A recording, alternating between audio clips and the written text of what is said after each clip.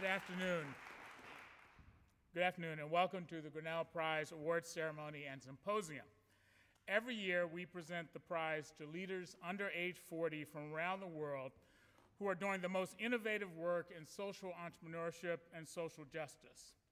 When we created the program in 2010, our goal was to honor people who were modeling the Grinnellian ideal of learning in the service of social commitment.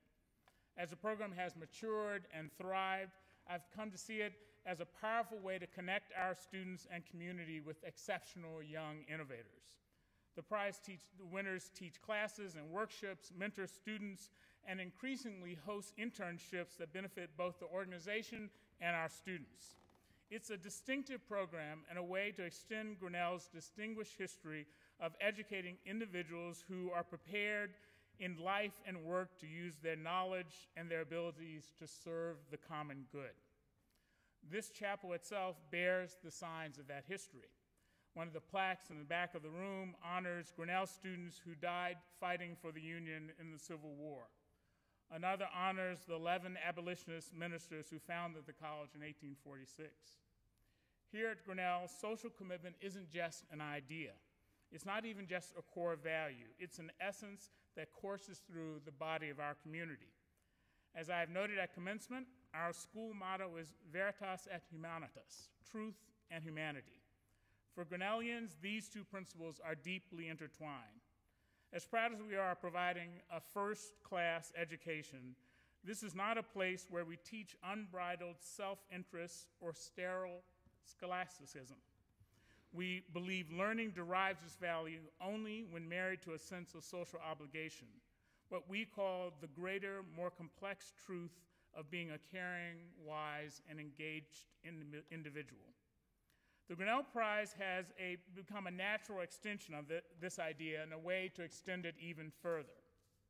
With this in mind, I'm pleased to introduce to you the winners of the 2014 Grinnell Prize. These four remarkable young innovators are just starting to make their mark. They were selected from among hundreds of nominations received from every corner of the globe, and they lead two remarkable organizations that have taken creative approaches to serious global challenges with impressive results. First, Kia Williams and Adam Kirscher are co-founders and directors of Serum. Serum stands for Supporting Initiatives to Redistribute Unused Medicine. With their colleague George Wang, Kia and Adam created Serum out of a realization that America's health facilities were discarding more than $700 million in unused medications every year. Meanwhile, millions of Americans go without medications they urgently need but can't afford. Serum devised a system that bridges this gap, encouraging health facilities, suppliers, and pharmacies to easily donate their unused medication to safety net clinics. Some have called this brilliant idea the Match.com for unused medicine. But that description doesn't do justice to the tremendous impact Kia and Adam's work could have on Americans' health. Throughout my own career at the CDC and NIH, I was involved in numerous studies that exposed the connections between health and socioeconomic status. Over decades, we've steadily accumulated evidence showing how in multiple ways your financial resources directly influence everything from your diet and exercise to your access to quality medical care to your ability to afford medicines. Kia and Adam's ability to identify these inequities, analyze their structural causes, and then devise a way to disrupt conventional practices and improve health outcomes for low-income Americans is nothing short of impressive. Their work required them to master complex nuances of healthcare policy and health economics and technology, law, even supply chain management. As a result, they're now supplying medicine to as many as 20,000 Americans a year. In the process, they eliminated demand for new medications whose production would have generated 72 million tons of medical waste. For their innovative efforts to improve Americans' health, mitigate the serious consequences of poverty, and simultaneously reduce environmental harm, I'm pleased to award Kia Williams and Adam Kirscher the 2014 Grinnell Prize.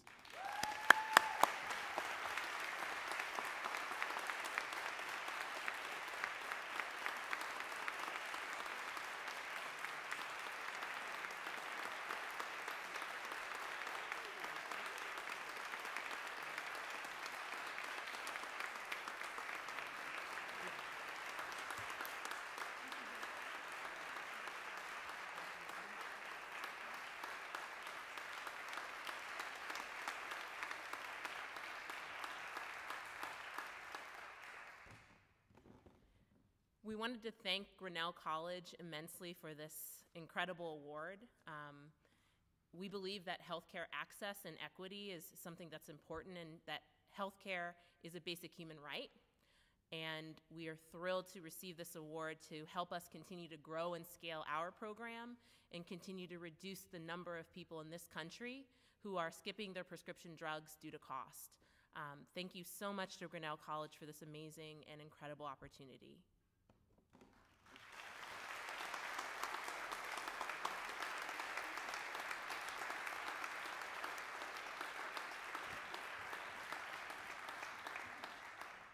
Now let us recognize our next two winners, Lindsay Stradley and Ani Vallabhanini, are co-founders of Sanergy. Sanergy designs and manufactures low-cost, high-quality porta toilets for use in the developing world under the name Fresh Life. The units are designed to be exceptionally easy to clean and maintain. They include hand washing facilities and are small enough to be positioned at convenient distance from residential areas. This in itself would be a significant contribution to public health and sanitation in developing countries where water contamination and diarrheal diseases are widespread. But Sanergy's true innovation is in their business model. Going beyond basic design innovations, they created a sophisticated network of local franchisees who purchase and independently operate the Fresh Life facilities across East Africa.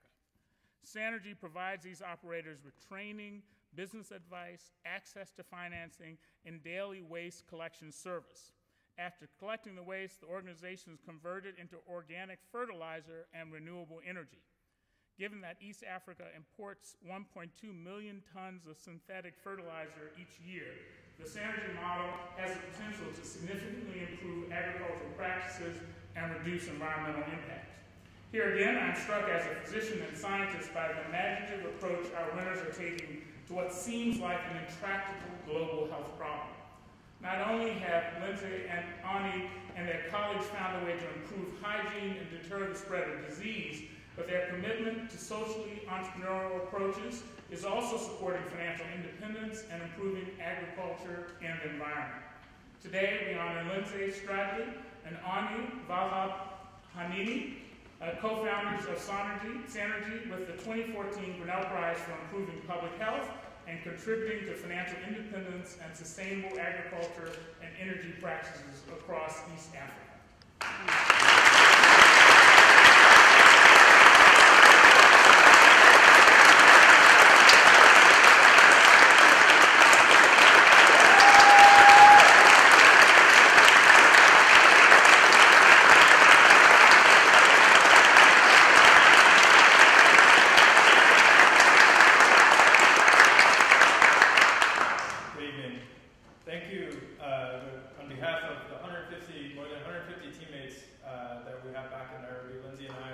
Deeply honored and humbled to accept this award from Grinnell. The Grinnell Prize plays a unique role for us because it helps us continue our innovative work in sanitation and changing the face of sanitation in urban slums by not only highlighting the work that we do and bringing in additional talent and energy to it, but also providing us the funding to continue this work. Social change, whether it's in San Francisco where Ken and Adam work or in Nairobi where we work, can often seem like a very lonely endeavor. And over the past couple of days, getting to know the entire Grinnell community that's so committed to social justice has been quite refreshing and inspiring. And to know that as we do this work, you guys are there to stand by us and keep us motivated, keep us going forward in this. And hopefully over the coming months and years, as we continue to build this relationship with Grinnell, you'll actually come and work with us in solving these global problems. Thank you so much.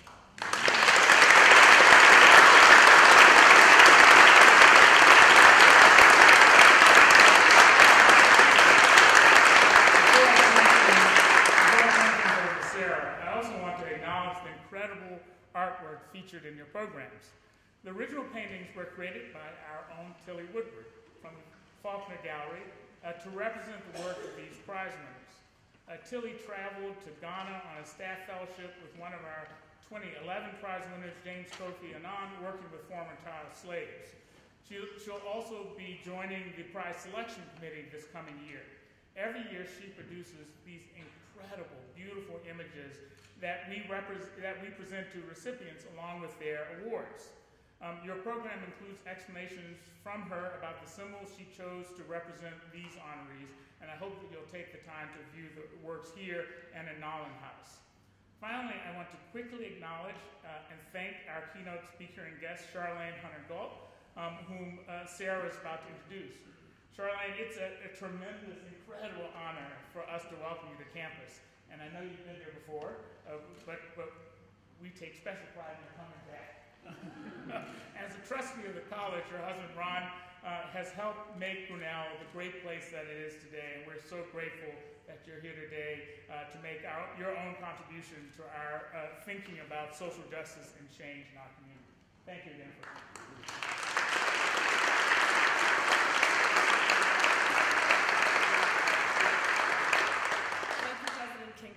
I'm Sarah Purcell, and I'm Professor of History and Director of the Rosenfield Program in Public Affairs, International Relations, and Human Rights. It's our pleasure to co-host this week's symposium in honor of our 2014 prize winners, and I'm so pleased to have the opportunity to introduce today's keynote speaker. The idea that we have in combining the keynote speech for this symposium week with the awards ceremony is to really bring together the inspiration of our prize winners at the beginning of the flourishing of their careers in social justice and social entrepreneurship work, with someone who can inspire us with tales from a longer career in that kind of work. And it's just such a thrill. It's such a thrill to have the opportunity to have that come to fruition today. We couldn't think of a better person to join us than Charlene Hunter-Galt. She is, as I'm sure most of you know, an award-winning journalist with more than 40 years in the industry, working in every medium, and herself a pioneer of civil rights. She's a trailblazer in her own right and the author of 3 books, In My Place, a memoir of the civil rights movement, fashioned around her experiences as the first Black woman to attend the University of Georgia. She was, in fact, one of 2 students to integrate that university. She also wrote New News Out of Africa, Uncovering the African Renaissance, and her latest book is To the Mountaintop, My Journey Through the Civil Rights Movement, a book for high school, college readers, and beyond. She will be signing copies of that book and a few of her others. Immediately after today's ceremony, you can join us across the street at Jesse Macy House for a reception and a book signing and have a chance to speak with her. As a global journalist, Hunter-Galt worked at NPR as special correspondent after spending 6 years as CNN's Johannesburg bureau chief and correspondent. Before that, she worked as NPR's chief correspondent in Africa. Hunter-Galt joined NPR in 1997 after 20 years with PBS, where she worked as a national correspondent for the NewsHour with Jim Lehrer. She was a very familiar face to many of us who loved PBS in those years. She began her journalism career as a reporter for The New Yorker and later worked as a local news anchor for WRC-TV in Washington, D.C., and as the Harlem bureau chief for The New York Times. She has written for numerous publications, including Essence, O Magazine, The New York Times Magazine, and The Book Review, Vogue, and many others. And her numerous honors, which are really too long to list, include 2 Emmy Awards. They're too long to list. I would try, but they're too long to list. They include 2 Emmy Awards, 2 Emmy Awards, and 2 Peabody Awards. Now you're gonna make me list them. 2 Peabody Awards. One for her work on Apartheid's People, a NewsHour series about South African life during apartheid, and the other for general coverage of Africa in 1998. She was also the recipient of the Lifetime Achievement Award from the National Association of Black Journalists, the American Women in Radio and Television Award, and a 2004 National Association of Black Journalists Award for her CNN series on Zimbabwe.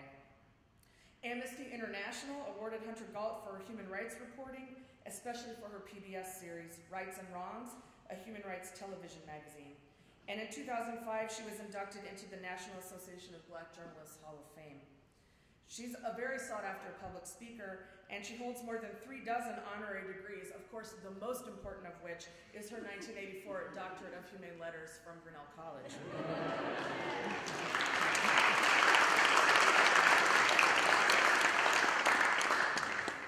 Just one of her recent business ventures, is producing, with her husband, Ron Galt, Grinnell class of 1962, producing wine for export to the U.S. from South Africa under the label Passages. So she is truly a Renaissance woman and a real accomplishment for social justice. So we welcome her back to Grinnell College, Charlene Hunter Galt.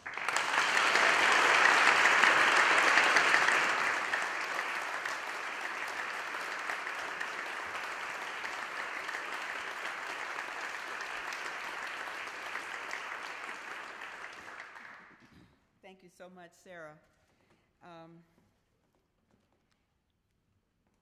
I guess I could say at this point, it's good to be home. Because as our winners today were received, I was received at Grinnell those years she mentioned, that year she mentioned, and my husband had laid the groundwork for me by being a student here and talking about Grinnell endlessly. So I really did feel home when I first came, and I especially feel it now. I'm so happy to be here today on such an auspicious occasion. It was heralded as I got off the plane in Des Moines. There is a huge poster, a beautiful, it's more elegant than a poster, but that's the only word I can think of right now. But it's beautiful, and it talks about this amazing award. And of course, you can't miss it when you get off the flight. I'm also happy to be here to personally congratulate the winners today. Because in each of your cases, and we've chatted a little bit beforehand, but in each of your cases, I am intimately familiar with the problems that you are solving.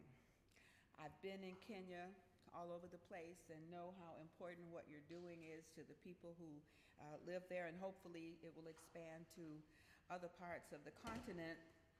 And as many drugs as I have to take at this age, I'm glad you're giving some of them to people who really need them. I really do. I mean, this is a heartfelt congratulation. It's not just pro forma. Let me also congratulate Dr. Kington, Grinnell College, for its embrace of both the local and the global community. It carries the dream of Martin Luther King, and his dream embraced not only the beloved community here at home in the United States, but also the global community around the world. What many don't know, since there's been so much emphasis on Dr. King's civil rights work here in the United States, and especially in the Deep South, where one of our winners comes from, we share Atlanta, is that there's been so much attention focused on his civil rights work in America that not a lot has been focused, or has been up to now, focused on his global work. The work that he called and focused on what he called the global community, or the World House. As early as 1954, a year before he became involved with Birmingham, Alabama, the movement there, Martin Luther King's eyes were on the prize of freedom and justice at home and abroad.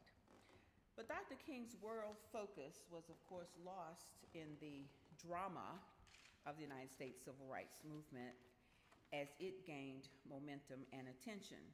But it was never far from his mind. In fact, in 1954, he told an audience in Boston the following. He said, "As we grow and come to see the oneness of mankind and the geographical oneness of the world made possible by man's scientific and technological ingenuity, more and more we are going to have to try to see our oneness in terms of brotherhood. This does not mean," he says, "that everyone has to agree at every point." Some of our leaders could take note of that right now. "There could be a world government," he said, "where diversity can exist, and this would lessen many of the tensions we face today." Now, this is 1954, he's saying this. He goes on to say, "And it would also enable everybody to understand that we are clothed in a single garment of destiny, and whatever affects one nation directly in the world, indirectly affects us all. Now, I think it's time for that quote to be running across every television station in America, particularly now when we are so confused about what we need to be doing with ourselves. And so it is that Grinnell College carries on that tradition of focusing locally as well as globally. And that's why I think it's important for us never to lose sight of the values that Dr. King and all of us back in those days embraced. For they are values that even predated Dr. King and the Civil Rights Movement. For they are values that are timeless and transcendent. And they are useful as we face, in Dr. King's words, some difficult days ahead.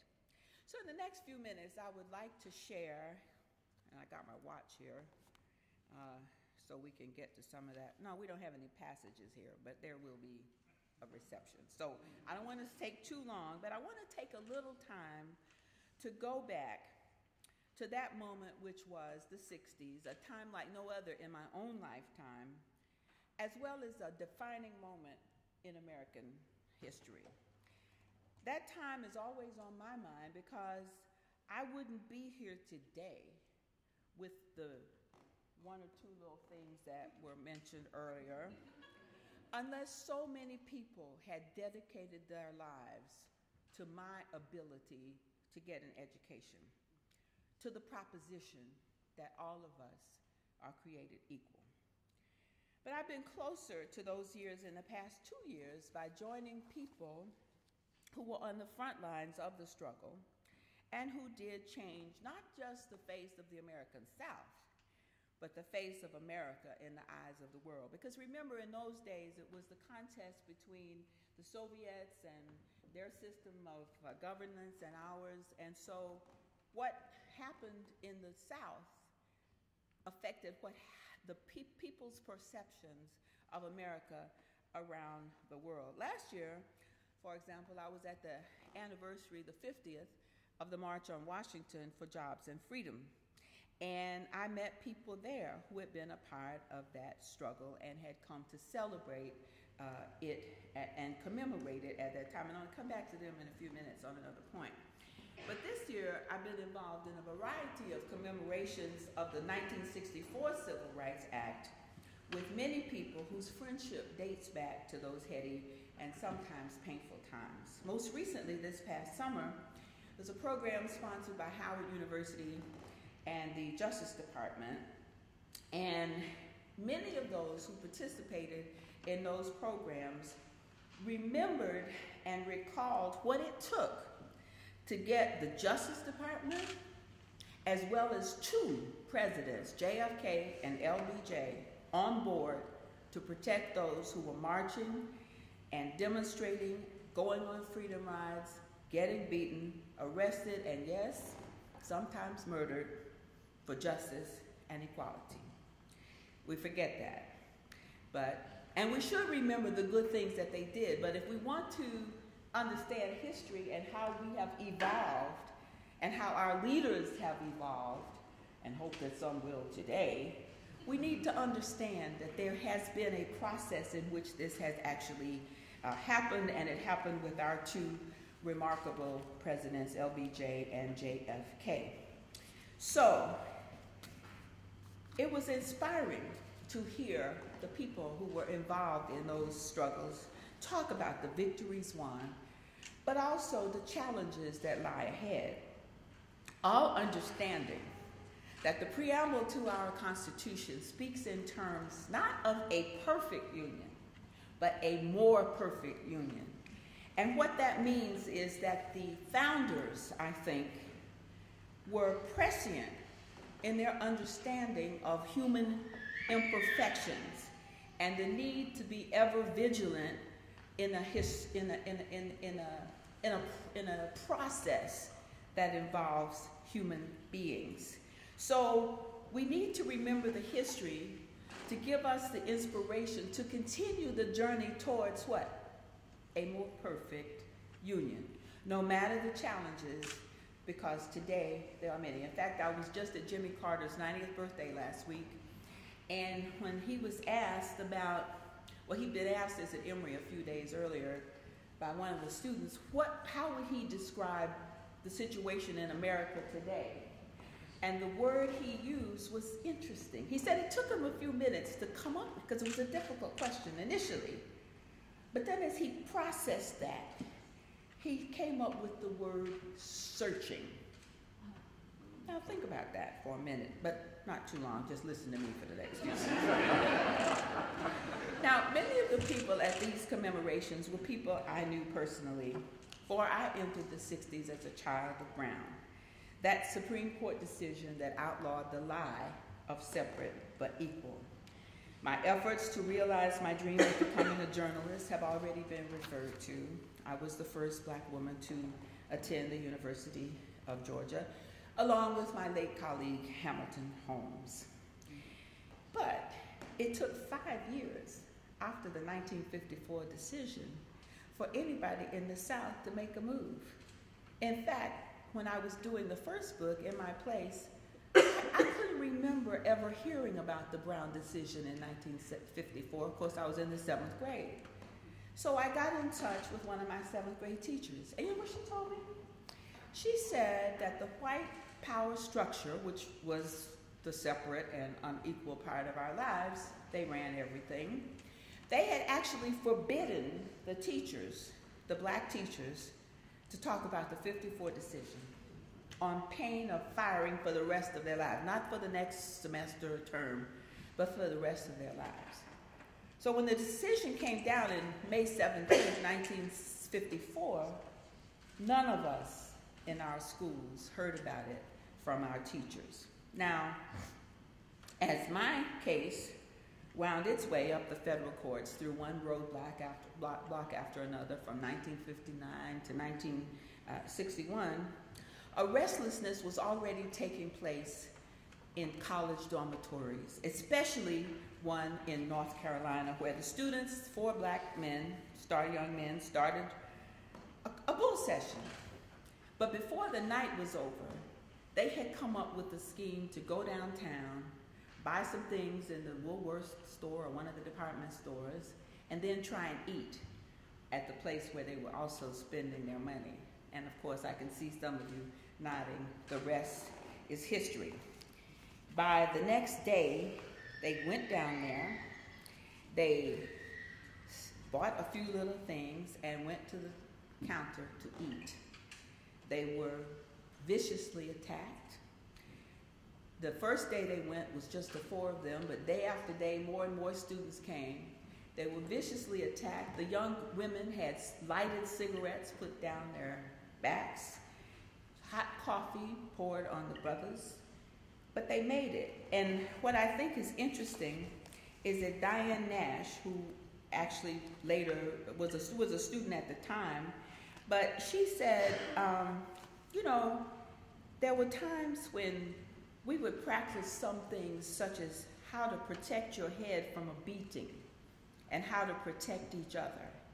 If one person was taking a severe beating, we would practice other people putting their bodies in between that person and the violence so that the violence could be more distributed and hopefully no one would get seriously injured. We would practice not striking back if someone struck us, because this was the teaching of Martin Luther King, which he had gotten from Mahatma Gandhi, non-violence. Now, John Lewis, and we all know John Lewis, I'm surprised he has a modicum of sense today, the number of times he's been hit in the head demonstrating for justice. But somehow I don't know, I'll talk to the doctor about this, how you maintain a brain that is constantly receiving blows. At any rate, he said in those days, to go to jail was to bring shame and disgrace to the family. It went against everything these young Black students had been taught at home. But they hoped the arrest would get national publicity that would embarrass the federal government into either helping or protecting them. And Diane Nash recalled this. She said, and I think this is probably true about what you guys are doing, and ladies, guys is not my preference to say. My guys and women. She said, the movement had a way of reaching inside you and bringing out things that you didn't even know were there, such as courage. She said, when it was time to go to jail, I was much too busy to be afraid. And as she saw it, they started feeling the power of an idea whose time had come. So this is how the civil rights movement began, with just a handful of students. And the idea quickly spread to other places in the South. Julian Bond recalled this summer at one of those sessions we were attending. And so he and a bunch of students from Atlanta went up to join these students. And one of the people they came across, so I want you to know, it's important for the young people to do innovative things, but every now and then you have to listen to your elders. So these young people anxious to get on with fighting for freedom, hear a woman by the name of Ella Baker. Now Ella Baker was a little bit older, but Ella Baker was also prescient, and she told these young people who had started the movement, actually, as I said before, at a lunch counter, ordering a hamburger. And Julian credits Ella Baker with telling the students that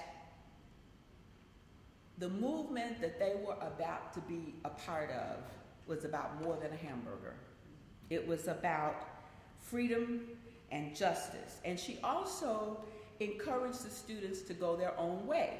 Because up to that point, and that's why I say, even before Martin Luther King and others, there were people fighting for freedom. There always were.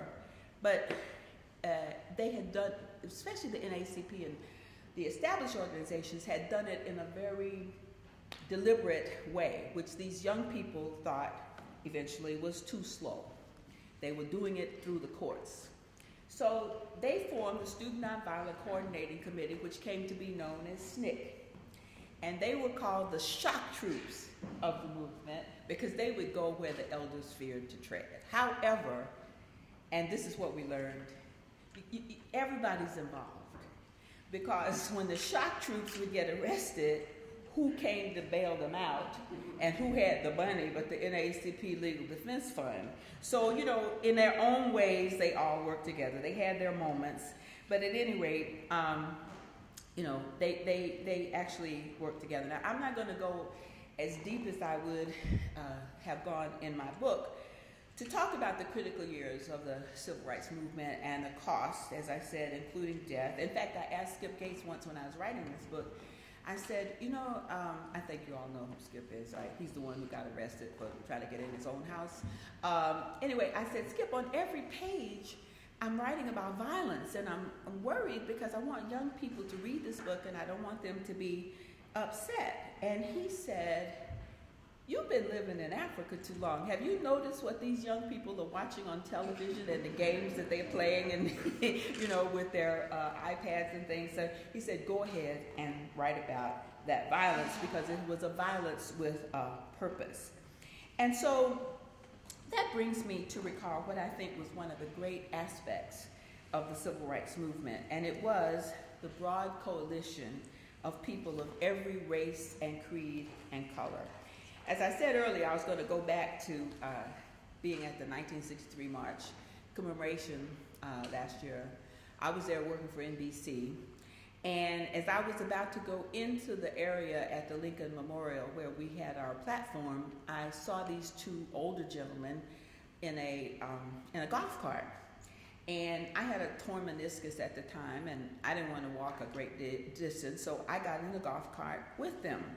Now, their hair was as gray as mine, though slightly less of it, and they were slightly more ambulatorially challenged than I was, but they could not have been prouder to show me the large round lapel buttons they had inscribed with March on Washington 1963. They had saved these buttons. Can you imagine? I can't imagine finding anything I had 2 years ago, let alone all those years ago. But there they had them, and both of them as we discussed, were Jewish. Now, to be sure, the civil rights movement focused on the laws that prevented black people from becoming whole citizens. But the victory was achieved by people young and old from both the North and the South, and eventually from all over the United States, who were every race, creed, and color, and who marched and sat in and were beaten and, yes, murdered.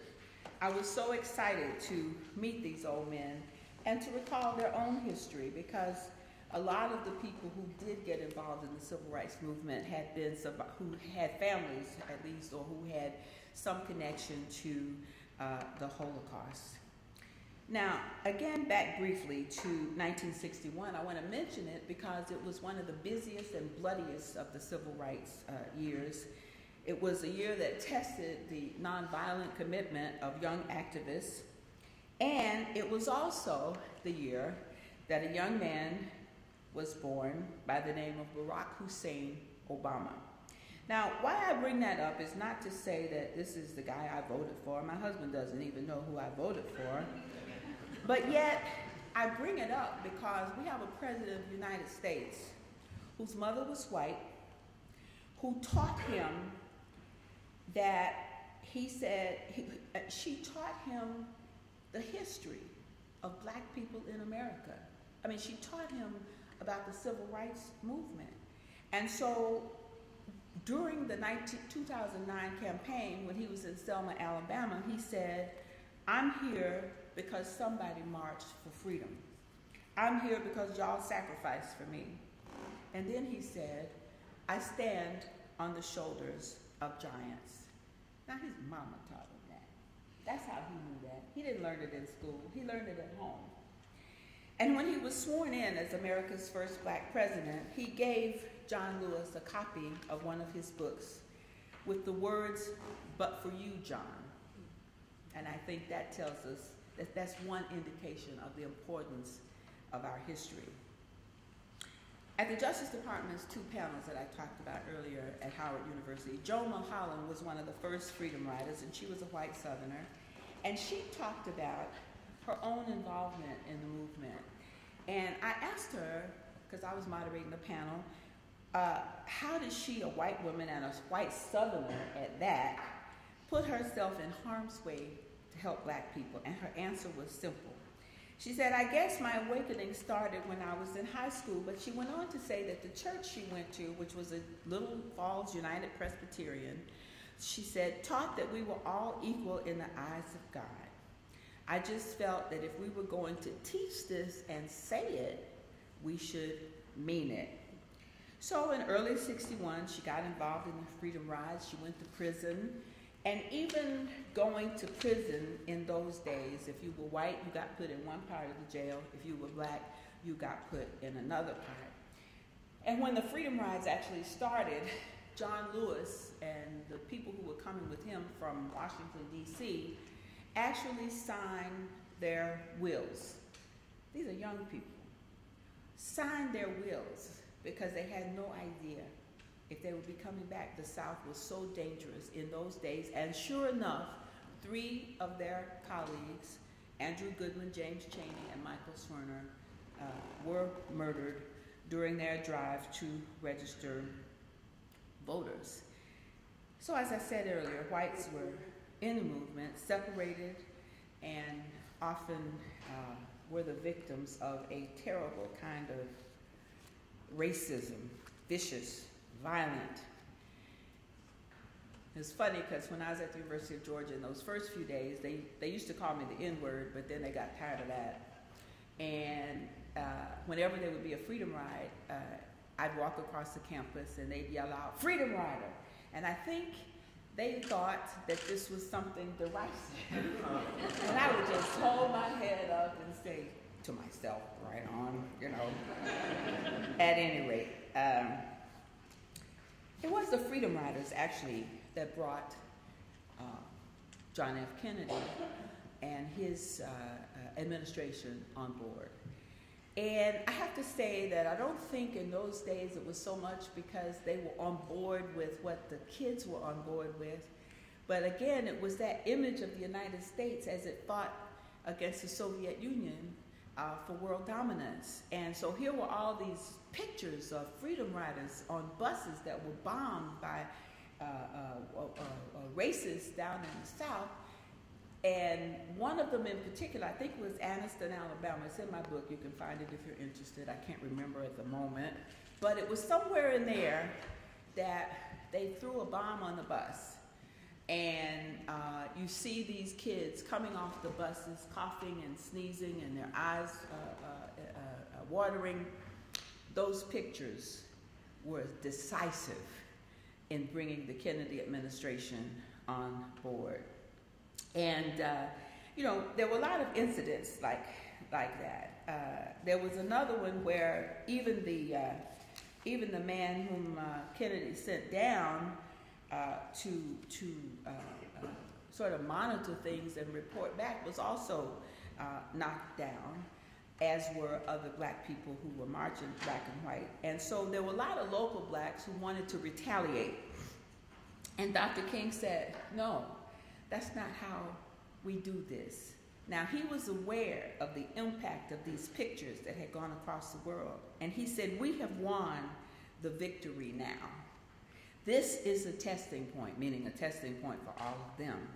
He said, and for you to know that the time is always right to do right. Now, inspired by wisdom like that and moral compass, students continued to press their cause, but the Freedom Riders had left a powerful legacy and had forced the government to recognize that this was the time to do right.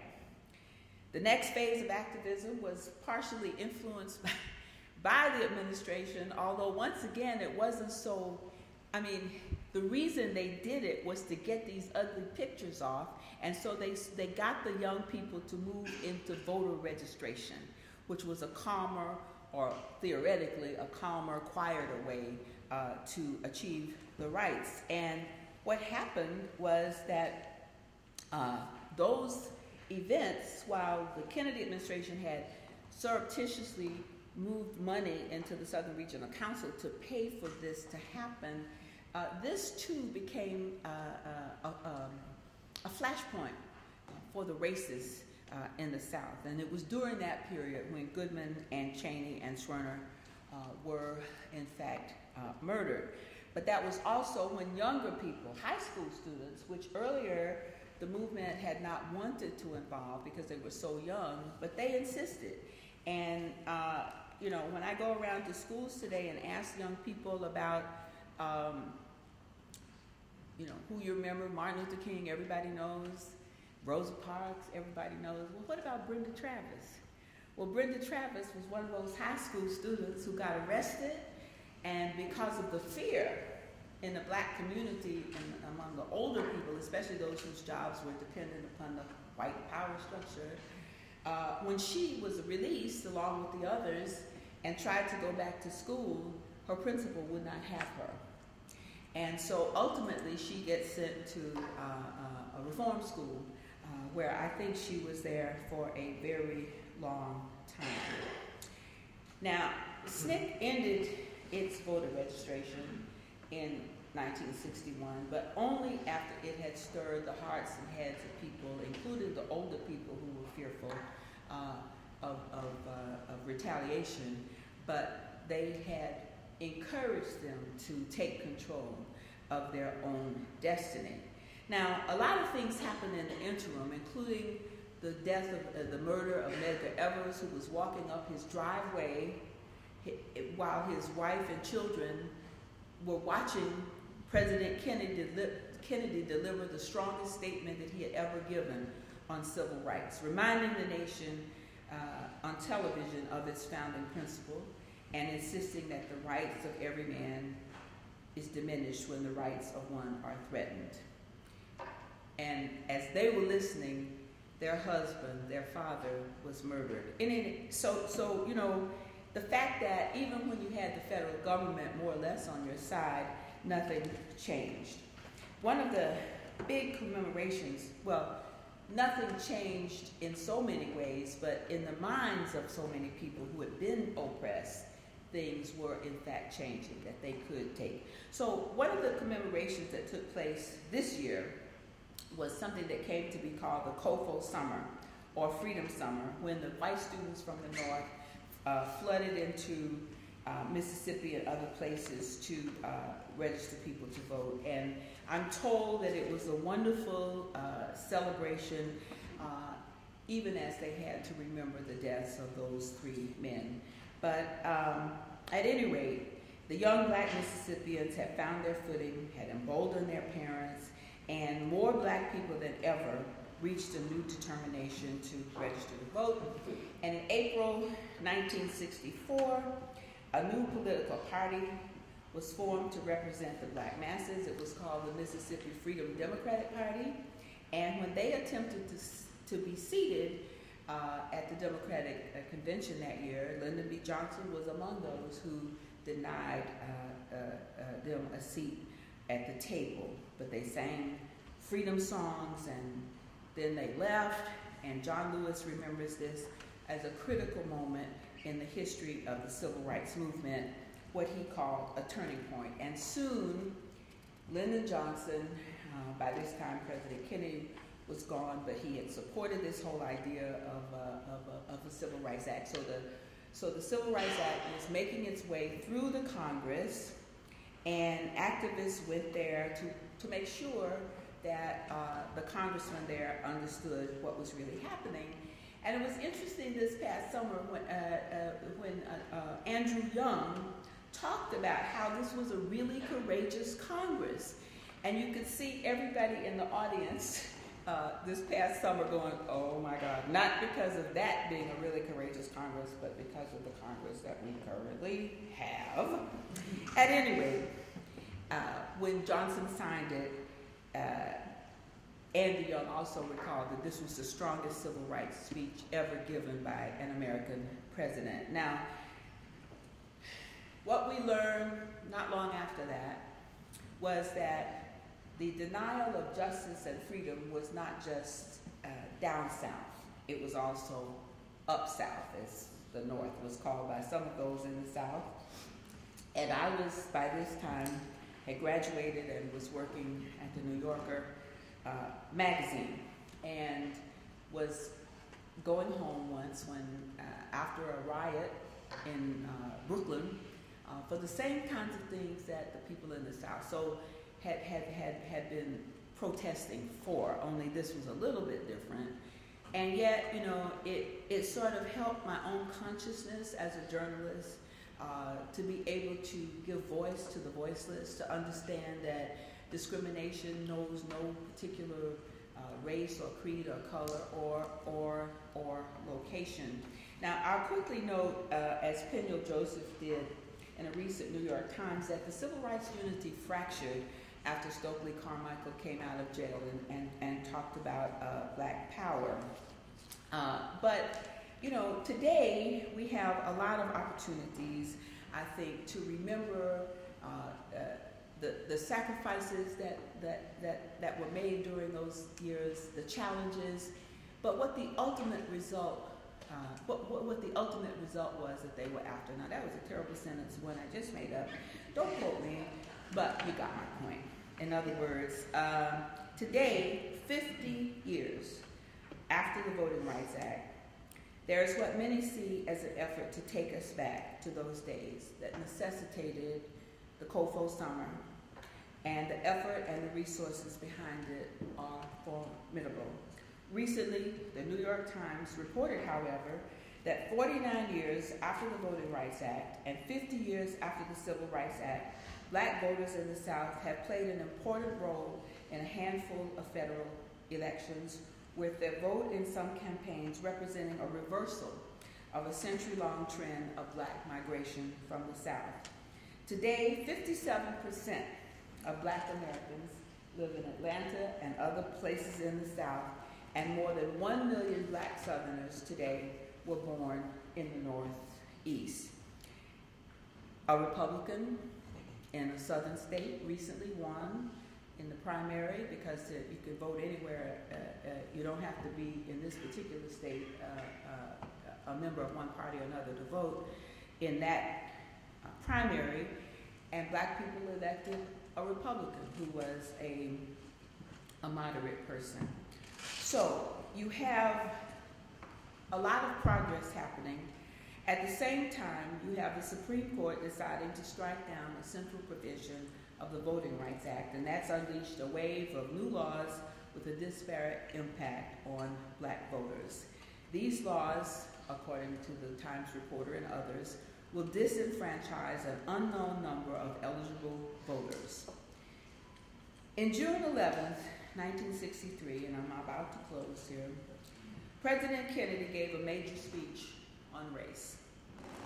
And he lamented the fact that what he said in those days, that was a proper term, the Negro baby born in America today, 1963, regardless of the section of the nation in which he is born, has about 1/2 as much chance of completing high school as a white baby born in the same place on the same day. 1/3 as much a chance of completing college, 1/3 as much a chance of becoming a professional, twice as much a chance of becoming unemployed, and he goes on. And he went on to say, though, but legislation cannot solve this problem alone. It must be solved in the homes of every American in every community across our country. And many of the statistics that he gave in those days are comparable to statistics that we have today. He could make the same speech with the statistics being more or less the same, if not worse. So what John F. Kennedy said that day about whose job it is to solve these problems is also true today. And what he said is this: it seems to me that these are matters which concern not merely presidents or congressmen or governors, but every citizen of the United States. As I said earlier, the American Civil Rights Movement has been one of the defining moments in our history, but far too many of our young people don't know that history. And what I'm hoping is that partly through my book, but partly through the examples of young people like those we have here today, and I do hope that Grinnell College will publicize their achievements widely, so that it can be known the impact of young people. Frantz Fanon said once that each generation must find its own cause and embrace it or deny it. And I think that's where so many of us here in the college environment are, in hoping that we can encourage our young people to do as these have. So, as we look around the country today and listen to some of the virulent rhetoric, you just wonder, what our young people are going to embrace, and if they're going to be taught about the notion of a more perfect union and what it will be, what is needed for them to be involved, particularly as we look at the issue again of not only voting but immigration. Do they know there's a Statue of Liberty in New York that says, "Give me your tired, your poor, your huddled masses yearning to breathe free," those who are opposing so much of our immigration? Are these words still relevant to the increasingly black and brown, homeless, tempest-tossed, huddled masses yearning to breathe free? And what will it take to make those words a reality for them and to help all Americans realize the possibilities of the American dream? Whatever it takes. Some of the things that I've talked about today are the lessons from the civil rights movement that are timeless and transcendent. Not to sit in at lunch counters or to go on freedom rides, but to determine their own path, these young people, emboldened by the victories of young people like themselves at a different time. Or, as John Lewis recently told the college graduating class this year, he said, what you young people need to do is get in the way. So just as you honor those today, you all have gotten in the way, and you are encouraged, I hope, by this event to keep on doing what you're doing, just as I hope this institution is going to keep on, as we used to say in the South, to keep on keeping on. I am so proud to be associated in so many ways with Grinnell College, and I hope this will not be my last time. Thank you very much.